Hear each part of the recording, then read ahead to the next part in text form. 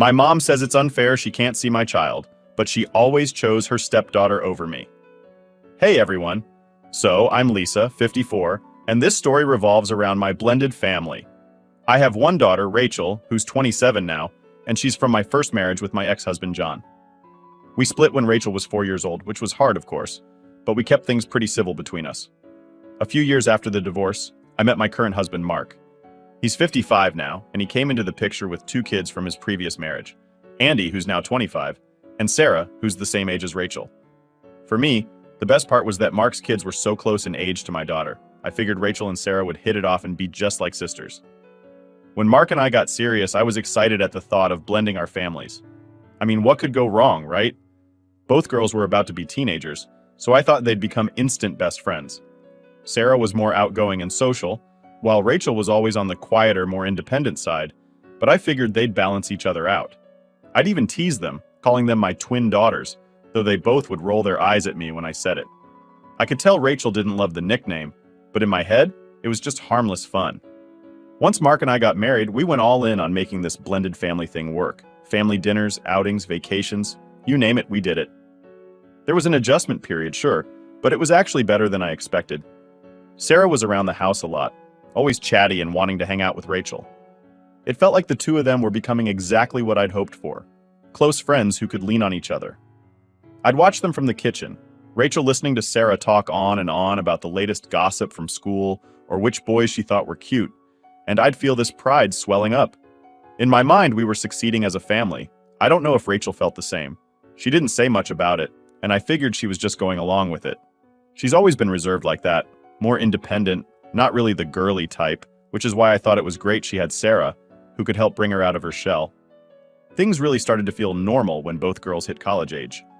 Rachel was the first to start, and not long after, she got a part-time job at a cafe near campus. She'd come home sometimes and tell us about work, and she seemed genuinely happy. Then one day she brought up this guy, Nick. She'd met him at the cafe, and he was a bit older than her, maybe by 3 or 4 years. The way she talked about him, it was pretty clear she was into him. She'd mention little things he'd say or do, and it wasn't hard to see where this was heading. Eventually, she brought Nick over to meet the family. He was quiet and polite, the kind of guy you'd feel comfortable having around. He was a little older, which at first felt strange, but he seemed mature and level-headed. He fit in pretty well with us, and I could tell Rachel was thrilled to have him around. Soon enough, Nick was practically part of our family. He'd join us for dinners and gatherings, and he'd often sit down to watch a game with Mark or chat with me while I cooked. He'd talk about his job, his plans, and his future with Rachel. I have to admit, I liked him. He was polite and had this calm energy that seemed good for Rachel, who sometimes got a bit anxious or withdrawn. I could see that he made her happy, and isn't that all a mother wants for her daughter? Things were going so well that I almost forgot there could be any downside. I thought, this is it. We're all finally coming together. And then, the proposal happened. Nick proposed to Rachel in front of the whole family at a dinner gathering, completely out of the blue. It was one of those big romantic gestures, and of course, she said yes. That night was perfect. I remember looking around at the whole family and thinking, this is what I always wanted, a full, loving family. Mark was beaming, clapping Nick on the back, and everyone was laughing and celebrating. But when I glanced at Sarah, she seemed quieter than usual. I thought maybe she felt left out, since she didn't have anyone special in her life at the time, unlike Rachel. Later that night, I tried to cheer Sarah up a bit, saying something like, "Don't worry, your time will come." I didn't think much of it. She just smiled and nodded, saying she was happy for Rachel, and that was that. I went to bed feeling proud and hopeful. I thought Rachel and Sarah would only grow closer through this whole wedding process. They'd be there for each other, like real sisters, planning wedding details, dress shopping, all that fun stuff. But as it turns out, things weren't as perfect as they seemed. In the weeks that followed, Rachel started acting a bit distant. She was still engaged and excited, but she didn't seem as close to Sarah anymore. At first, I brushed it off. Planning a wedding can be overwhelming, and I figured it was just stress or nerves. However, over time, I started to notice the tension in little ways. Rachel would show up to family dinners, but seemed quieter, less engaged. When she and Sarah were in the same room, they weren't chatting or laughing like they used to. I'd ask Rachel about the wedding, but she'd give me short answers, as if she didn't really want to talk about it. I chalked it up to stress again, thinking she'd just come around when things settled down. Meanwhile, Sarah kept acting like everything was fine, trying to stay cheerful and chatty. She'd ask Rachel about wedding plans, but Rachel would brush her off, saying she was still figuring things out. Looking back, I can see that maybe Rachel was trying to keep Sarah at arm's length. But at the time, I didn't think much of it. I figured it was just typical sibling stuff. The turning point came one evening at dinner. Rachel hadn't come around in a while, so I invited her and Nick to join us. She looked tense from the moment she walked in, barely making eye contact with Sarah. At one point during dinner, Nick made some joke about being stuck with the in-laws soon, and Rachel just gave this forced smile. I asked her if everything was okay, and she just brushed it off, saying she was tired. I tried to lighten the mood by asking if Sarah and she had gone dress shopping together yet. Rachel's face tightened, and she said, "I'll handle it on my own." That stung. I wanted this wedding to be a time for the two of them to bond, to be there for each other. But Rachel seemed so determined to shut everyone out, even Sarah, who was just trying to help. I didn't know what was going on beneath the surface, but looking back now, I realized that was probably the beginning of something bigger. It's funny how you can be so sure everything's fine, only to realize later how much you were missing. But at the time, all I could think was that Rachel was being distant and cold, pushing away the family who just wanted to support her. A few weeks after that dinner, things just kept getting weirder. Rachel was practically avoiding us at this point, and I was honestly a little frustrated. I mean, planning a wedding is stressful, sure, but it's supposed to be fun too, right? You're supposed to lean on your family, not run away from them. One Saturday, I was home alone when I heard loud knocking at the door. I opened it to find Rachel, looking beyond angry. Her face was red and she barely even said hello before pushing past me into the house. She looked around, almost like she was checking if anyone else was there, and then turned back to me. "Where's Sarah?" she asked, voice sharp and demanding. I was confused. "Sarah's out running errands with your dad," I told her. "Rachel, what's going on?" But she didn't answer me. Instead, she started pacing, mumbling under her breath about betrayal and not believing it. I was starting to feel anxious. I mean, Rachel's never been one to lose her cool like this. I reached out, trying to get her to stop pacing, but she brushed my hand off. "Mom, do you know what Sarah's been doing behind my back?" she finally asked, practically spitting out each word. I could see her fists were clenched and she was shaking. I felt a lump in my throat. "Rachel, calm down, please. What are you talking about?" "Sarah's been sleeping with Nick," she said flatly, staring me down as if daring me to deny it. "She's been with my fiancé, Mom. Your perfect little Sarah has been sneaking around with him." I felt like I'd been slapped. I stood there, completely stunned, trying to process what she'd just said. Sarah? With Nick? That couldn't be right. I knew my girls had their differences, but something this big? It just didn't add up. "Rachel," I said, trying to keep my voice calm, "are you sure? Maybe you're just misunderstanding something?" She laughed, but it wasn't a happy sound. "Misunderstanding? Oh no, she told me herself. I confronted her and she didn't even try to deny it." I was still struggling to believe it. It felt impossible, like there was no way Sarah would do something like this. Rachel had to be exaggerating or maybe even twisting something she'd heard. I tried to think of anything Sarah might have said or done recently to hint at this, but nothing came to mind. "Rachel," I began, searching for the right words, "I know you're upset, but maybe this isn't what you think it is. Maybe it's just a mistake." She cut me off with a harsh glare. "Are you kidding me, Mom? You're seriously defending her?" I was stuck, completely torn between the two of them. I couldn't believe that Sarah, my sweet Sarah, would betray her like this, but I also couldn't deny how deeply hurt Rachel was. The way she looked at me with this mix of anger and disappointment, it stung. "Rachel, I'm not defending anyone," I tried to explain. I want to understand. Maybe you and Sarah can sit down and talk about this. We're family, Rachel. Families work things out." "Work things out?" she practically shouted.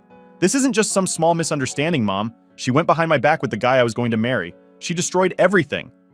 I tried to take her hand, but she pulled away, crossing her arms tightly over her chest. I could see her struggling to keep her composure, and I felt this pang of guilt for not immediately taking her side. But in my mind, Sarah deserved a chance to explain, didn't she? We hadn't even heard her side yet. "Look, Rachel," I said slowly, "I know you're angry, but maybe there's a way to move past this. Sarah must have had a reason. People make mistakes." Her face twisted, like she couldn't believe what she was hearing. "A reason? Mom, there's no reason that makes this okay. I came here because I thought you'd actually care, but all you're doing is defending her." She shook her head, looking at me like I was a stranger. I didn't know what to say. I felt helpless, like anything I said would only make it worse. I do care, Rachel. I love you both, and that's why I don't want this to tear us apart. She stared at me for a long moment, and then, almost whispering, she said, "You already chose her." And with that, she stormed out of the house, leaving me standing there, reeling from her words. I felt this awful pang in my chest, wondering if maybe she was right. Had I chosen Sarah? I thought I'd been trying to help, trying to keep the peace, but Rachel seemed to think I'd betrayed her by not instantly condemning Sarah. After she left, I sat down, trying to make sense of it all. I wanted to talk to Mark, to figure out what we should do, but part of me was scared to bring it up. How was I supposed to explain that my daughters, who I'd always wanted to be close, were now practically at war with each other? When Mark got home, I decided to keep it brief. I told him that Rachel was upset about something involving Sarah and Nick, but didn't go into too much detail. He brushed it off, saying Rachel would come to her senses soon. He figured she was just being dramatic, overreacting.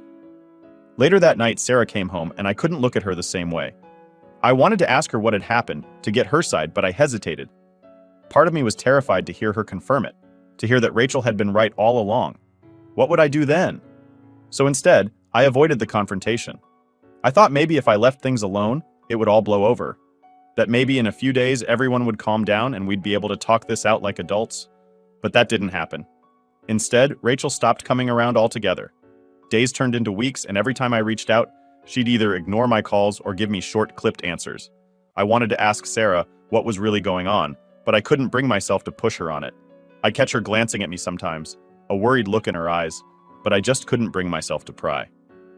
Part of me wanted to keep believing that maybe, just maybe, there had been some misunderstanding, that Rachel had blown things out of proportion. But deep down, I knew that if what Rachel said was true, this wasn't going to just go away. After Rachel's angry exit, I kept hoping she'd reach out, that we'd find a way to talk this through like a family. I mean, it's not like I hadn't seen fights in my time. Siblings argue, families have their issues, but eventually people come around. That's what families do. Or, that's what I thought anyway. The days after our talk, Rachel was like a ghost. No texts, no calls, just silence. I'd message her every few days, something simple like, "Thinking of you," or "Miss you, call when you can." Nothing deep, just an open invitation for her to come back. But each time I sent a message, it felt like I was tossing it into a black hole. One evening, I was in the kitchen making dinner when Mark came in. I mentioned that I hadn't heard from Rachel, thinking he might suggest we go see her, or even give her a call. Instead, he shrugged it off like it was no big deal. "She's probably just being dramatic," he said. "Rachel's always been a bit sensitive." I felt my stomach twist at his words, but I didn't argue. Mark's approach has always been more hands-off. In his mind, things work themselves out eventually, so why stir the pot? But I couldn't shake the feeling that Rachel needed us to reach out, that she was waiting for some kind of sign that we cared. Still, part of me worried that pushing too hard would only make her feel more distant. So I kept my messages short, hoping she'd eventually come around on her own. I even mentioned it to Sarah, who looked genuinely upset when she heard that Rachel hadn't been in touch. "Mom, I tried apologizing to her," Sarah said, her eyes welling up a little.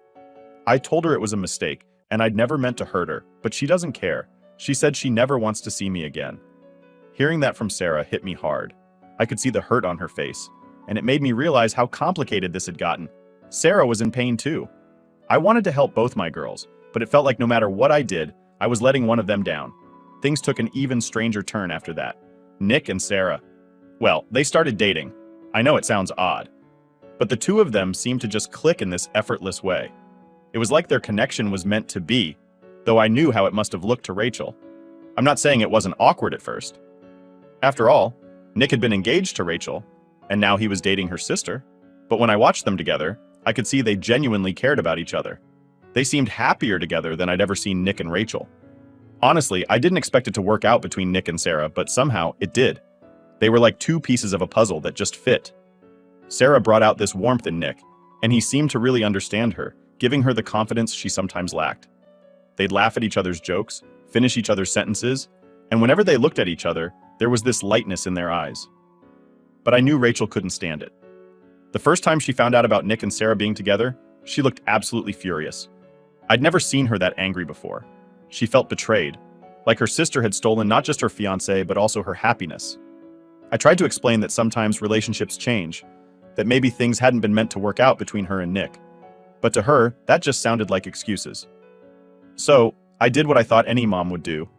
I tried to bring them together, even if it was just in small ways. I suggested that maybe Sarah write Rachel a letter, explaining how sorry she was. Maybe, I thought, a heartfelt letter would soften Rachel's stance, help her see that Sarah truly regretted everything. But Sarah shook her head, looking defeated. I already tried, Mom. She won't listen. I hated feeling so helpless, but I wasn't about to give up. I kept hoping that if I just tried hard enough, they'd eventually work it out. After all, life is too short to hold on to grudges, and they were sisters, or as close as sisters could be. I kept reminding myself that Rachel was hurt, and hurt people sometimes need time to heal. But deep down, I was growing more frustrated. It wasn't just me feeling the strain either. With Rachel's silence and Sarah's guilt hanging over the house, even family dinners felt tense. Andy would try to lighten the mood with jokes or random stories, but it was like everyone was just going through the motions. I'd look at Sarah, who barely touched her food, and then at Mark, who'd mostly ignore the situation, like it would all blow over on its own. I tried reaching out to Rachel's dad, John, thinking he might be able to talk to her. We hadn't spoken much since the divorce, but he was still her father, and maybe she'd listen to him. I explained what happened. Well, the parts that I could anyway. But John was just as frustrated as I was. He said Rachel had barely been in touch with him too, that she wasn't answering his calls either. I don't know what you want me to do, Lisa, he'd said, sounding almost as helpless as I felt. If she doesn't want to talk, she doesn't want to talk. I spent so many nights lying awake, replaying that last conversation I had with Rachel over and over in my mind, wondering if there was something I should have done differently. Maybe I should have taken her side right away, told her she was right, and Sarah was wrong. Maybe that would have been enough to show her I cared. But then, what about Sarah? She'd have felt like I was throwing her under the bus, and I couldn't do that to her either. I started convincing myself that Rachel just needed more time.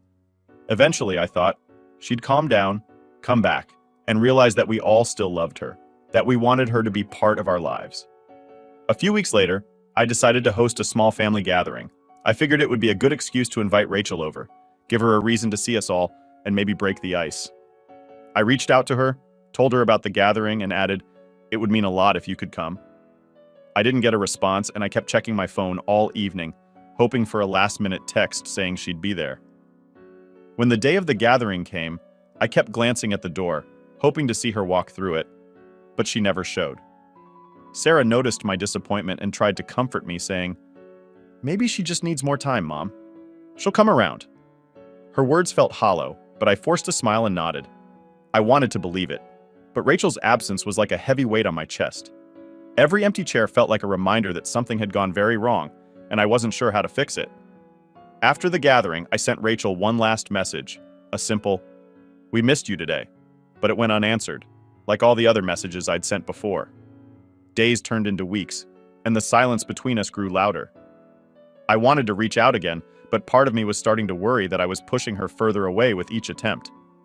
I began to question everything I'd done, wondering if I should have handled it differently, if maybe I'd somehow made things worse by trying to make peace. And then one night, as I was cleaning up the kitchen, Sarah came in and hugged me tightly, out of nowhere. I asked her what was wrong, and she just shook her head, saying, "I'm sorry, Mom, for everything." I hugged her back, but I couldn't help but feel a pang of guilt. Here I was, comforting Sarah, while Rachel was out there, hurting and alone, refusing to let any of us in. I wanted so badly to be there for both of them, to fix this mess that felt like it was tearing our family apart. But it seemed like the harder I tried, the worse things got. As I went to bed that night, I felt this sinking feeling that maybe, just maybe, I'd lost Rachel for good. After weeks of silence from Rachel, I finally came to a point where I thought, maybe I just need to let her come around on her own. I was exhausted from all the waiting and worrying. I thought maybe backing off would give her the space she clearly wanted, and that she'd eventually come back to us when she was ready. It wasn't what I wanted, obviously, but I was out of options, and it seemed like nothing I did was helping. Then, one day, out of the blue, an invitation arrived in the mail. It was Rachel's wedding invitation. I remember standing in the kitchen, staring at it for a good minute, trying to process the fact that my own daughter hadn't even called to tell me she was engaged again, let alone that she was planning a wedding. I opened the envelope, and there it was, a simple card with her and her fiancé's names, the date, the location, and nothing more. No little note or personal message, just the basic details. To say it felt impersonal would be putting it mildly, but I tried not to dwell on it too much. At least she was inviting us, I thought. Maybe this was her way of extending an olive branch. The wedding was set for a small venue a few hours away. I remember calling Sarah and telling her the news, expecting her to share in my excitement, or at least surprise. But instead she got quiet. She didn't say much, just something like, "I guess that's good, right?" It was such an odd response. I wanted her to be as hopeful as I was, but I also knew things were still a little raw for her. Still, I told myself it was fine. We were going to support Rachel, show up for her, and maybe this would be the beginning of fixing our family. We booked a hotel nearby, got everything arranged, and I even went out shopping to find the perfect dress. I wanted Rachel to see that I cared, that I was there for her. I was so focused on how this would be a turning point, a chance for us to start fresh. But just a few days before the wedding, Mark came down with something. It wasn't anything major, just a cold, maybe a touch of the flu. But he was laid up in bed and he wasn't looking great. I spent the day tending to him, getting him soup and all, but I was worried. The wedding was coming up fast, and I didn't know if he'd be up for the trip. The night before the wedding, I finally called Rachel to tell her we might not make it. I was nervous about it, but I thought she'd understand. "Rachel, honey," I said, trying to keep my voice light. "We're so sorry, but your dad's been feeling pretty under the weather. I don't know if we'll be able to come to the wedding tomorrow." There was a long pause on the other end. When she finally spoke, her voice was cold. "So, you're not coming?" I felt the tension rise instantly. "It's just... Your dad's really not doing well, Rachel. You know we'd be there if we could. We even booked a hotel and everything. I was so excited to see you." She didn't answer for a moment, and when she did, she sounded like she was holding back. "You know what, Mom? Just don't bother then." And with that, she hung up. I sat there holding the phone, my heart racing, trying to process what had just happened. I wanted to call her back, but I was so stunned, and honestly, a little hurt. I knew she was angry, but I thought she'd understand that I couldn't exactly leave Mark alone when he was sick. I spent the rest of the night feeling this strange mixture of guilt and frustration. I couldn't shake the feeling that Rachel was overreacting, that she was taking things too personally. But I also felt like maybe I'd let her down. It was a strange and painful place to be, and I didn't know how to get out of it. The next day, instead of going to Rachel's wedding, I stayed home with Mark. Part of me thought she'd reach out, maybe even tell me she understood. But that call never came. I told myself it was fine, that she just needed time to cool off, and that we'd talk things out eventually. The following week, though, was eerily quiet. No word from Rachel, not a text or a call. I kept hoping for something, anything to show that she was ready to work things out. But there was nothing, just silence. It was like she'd completely cut us off. In the days after, I started hearing things from other family members who had gone to the wedding. They told me it was a small, intimate gathering, and that Rachel looked beautiful. I even heard that her dad, John, walked her down the aisle. It hurt, knowing we'd missed such an important moment. And while I wanted to be happy for her, I couldn't help but feel a little left out, like I'd been excluded from my own daughter's life. When I talked to Sarah about it, she tried to make me feel better. She said Rachel was just being dramatic and that she'd eventually come around. But I could tell she was just trying to keep me from feeling bad. Deep down, I think Sarah knew this was serious, that Rachel wasn't going to forgive and forget so easily. I went back to my routine, trying to pretend things were okay, but there was this emptiness that hung over everything. Every time I looked at my phone, I half expected a message from Rachel, a text saying she missed us, anything to show she still cared. But every day, I was met with nothing. The silence between us was unbearable. I'd always thought Rachel would want her family by her side, no matter what happened. I thought she'd reach out eventually, that this was just a phase. But as more time passed, it started to sink in that maybe this wasn't a phase at all. Maybe she was really gone this time. I'd catch myself wondering if I'd made the right choice, if maybe I should have just gone to the wedding without Mark. But that felt wrong too. Mark was my husband, and he needed me. I shouldn't have to choose between my husband and my daughter. Family was supposed to stick together, through sickness and everything else, right? Days turned into weeks, and I started to realize I might never get that chance to make things right. Rachel was out there, living her life, and I was just here, waiting, with nothing but silence to keep me company. It's been months now since Rachel's wedding, and the silence between us has stretched so long that I sometimes forget what it was like to hear her voice. She's completely cut me off. No texts, no calls, nothing. Part of me wants to keep reaching out, but another part is terrified that she won't answer. I'd sent her a few texts right after the wedding, little messages just to remind her I was still here, still her mom, but she never responded. I finally just stopped trying, even though every day I hope today's the day she'll get in touch. Life has been moving on, even if it feels like there's this huge hole in it now.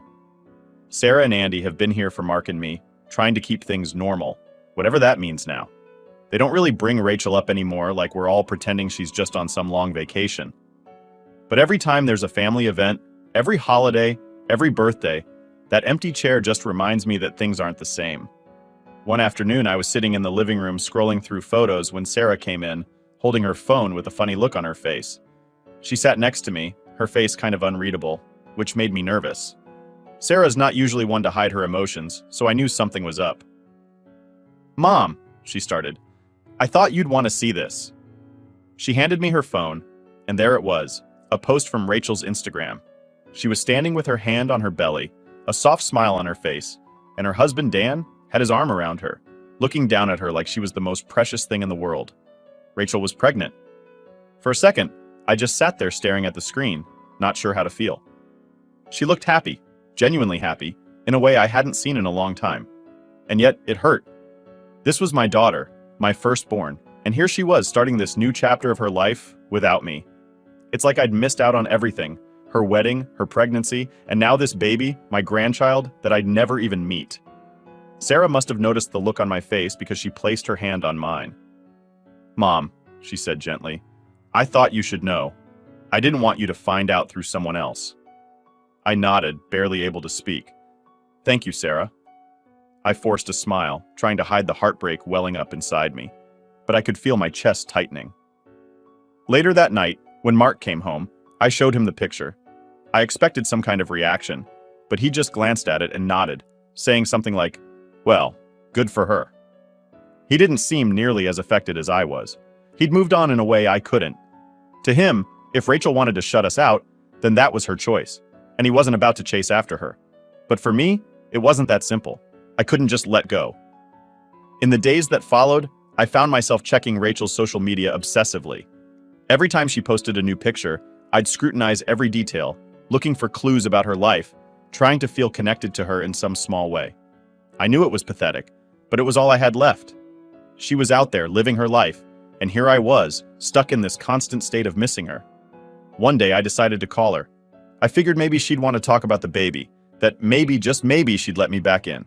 I dialed her number, my heart pounding, but it went straight to voicemail. I left a message, something simple like, "Hey honey, it's Mom. Just wanted to say I'm thinking of you.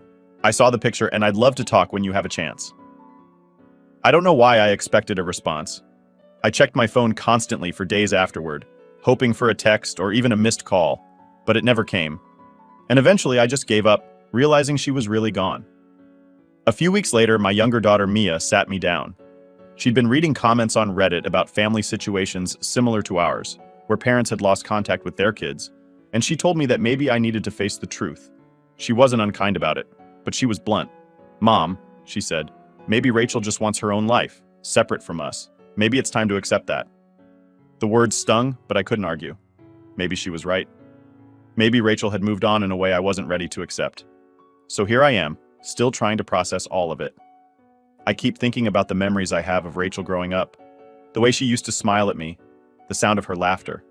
I remember the little girl who used to hold my hand, who used to look up at me with love and trust.